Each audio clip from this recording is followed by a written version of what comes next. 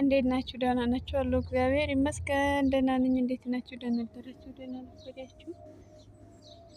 በጠዋት መነሳት እንዴት ነው? የጠዋት እንቅልፍና እኔ ዘንድሮ ምንድነው የተያያዝ ነው መሰላችሁ? እና ጠዋት ትምህርት ቤት የሚገርመው ነገር አሁን ዩቲዩብ መዛየር ከጀመርኩ በኋላ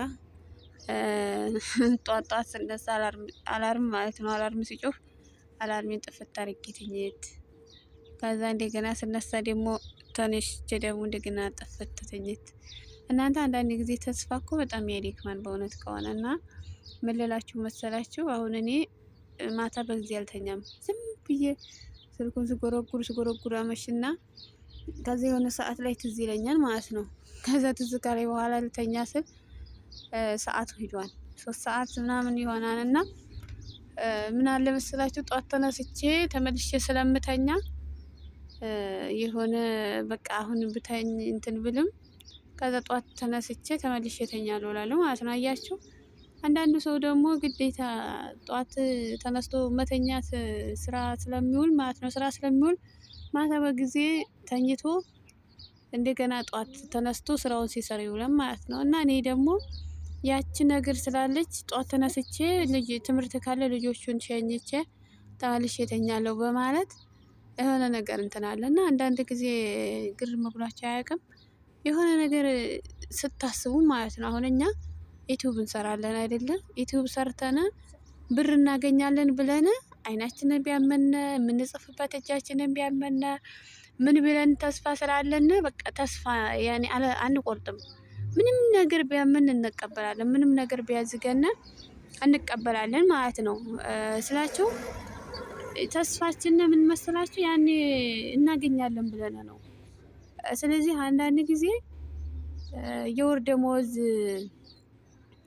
30 ቀን ሞልተነ ወይም 31 ቀን ሞልተነ እስከምንቀበል ድረስ በዛ መካከል ያሉትን ሁሉ ስራዎች እንሰራለን።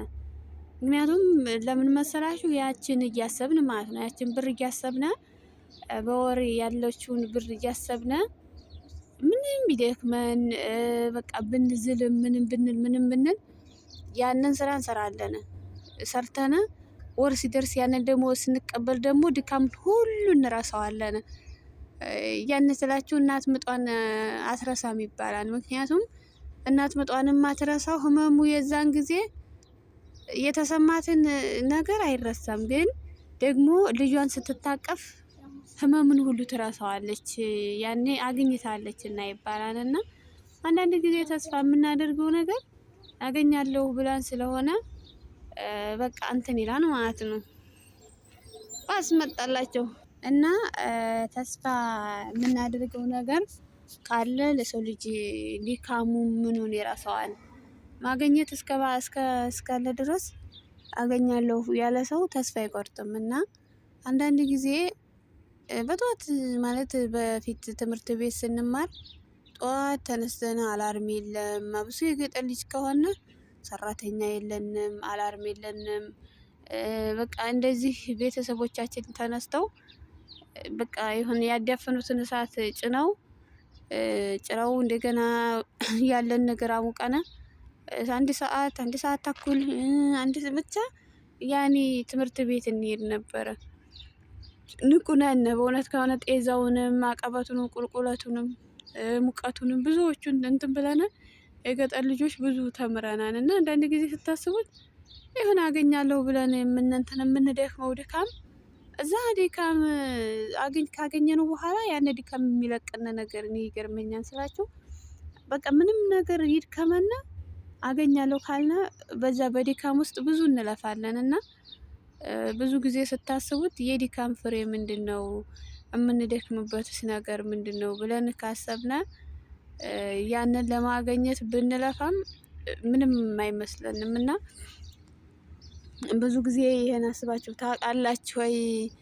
ተስፋ የምታደርጉት ነገር ምንም ነገር ይሁን ምንም ነገር ከዛ ደረጃ ደርሳችሁ ካገኛችሁት ብቻ በጣም ያስደስታል ስላችሁ። አንዳንድ ጊዜ አሁን ብዙ ሰዎች የሚጠይቁት ጥያቄ አለ።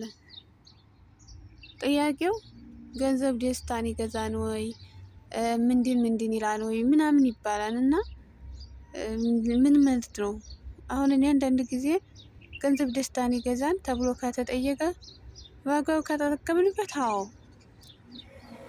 እላችሁ ምንም ነገር ምንም በህይወት እስካለነ ድረስ ምንም ያስደስተናል በአግባቡ ከተጠቀምንበት ማለት ነው ስላችሁ ገንዘብም ይሁን ፍቅርም ይሁን ልጅነትም ይሁን ወጣትነትም ይሁን ጎልማሳነትም ይሁን ሁሉም ነገር በአግባቡ ከተጠቀምንበት ደስታን ይፈጥራል። ደስታን ማለት ነው ስላችሁ ደስታን ይፈጥራል፣ ግን ከፈጣሪ በታች ነው ማለት ነው።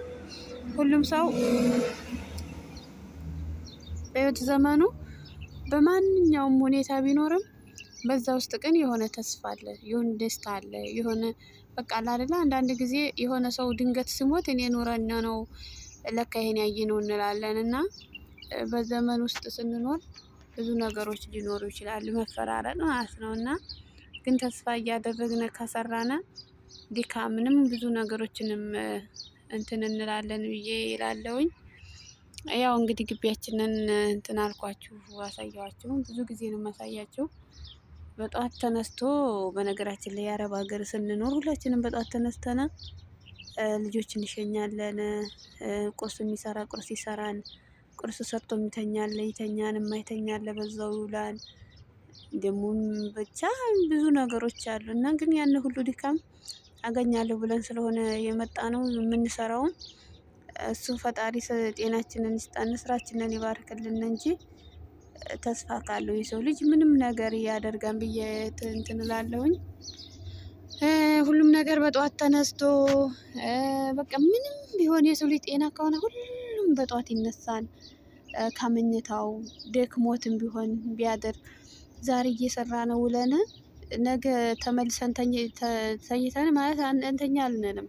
ምክንያቱም ነገ ያንን አገኛለሁ ብለን ስለሆነ አገኛለሁ ያለው ሰው ቢለፋ ለራሱ ሲተኛ ድካሙ ይለቀዋልና ከዛ በማግስቱ ደግሞ ወደ ስራው እንትን ይላልና አንዳንድ ጊዜ ሁሉም ነገር ስታዩ በቃ የሆነ በምንድን ውስጥ በድካም ውስጥ የሆነ ተስፋ ካለ መድከማችን እንትን አለና ብዙዎቻችን ይላሉ ብዙ አሁን እኛ በቃ ብንደክም ለልጆቻችን ነው ይላሉ። ልጅ ያለው ሰው ብንደክም በቃ ለራሳችን። የሰው ልጅ ግን በህይወቱ ከተደሰተ አገኛለሁ ካለ የማገኘቱ ውጤት እዛ ሲደርስ እንትን ይላል ብዬ ተስፋ አደርጋለሁ። እና ይሄን ይመስላል አወራችሁ በጠዋቱ። በተስፋ ውስጥ ድካም ካለ ያንን አገኛለሁ ብሎ ብንለፋም እስካገኘን ድረስ ባገኘን ጊዜ እንደሰታለን ማለት ነው። ብቻ ይዞን እንበርታ ለሁሉም ነገር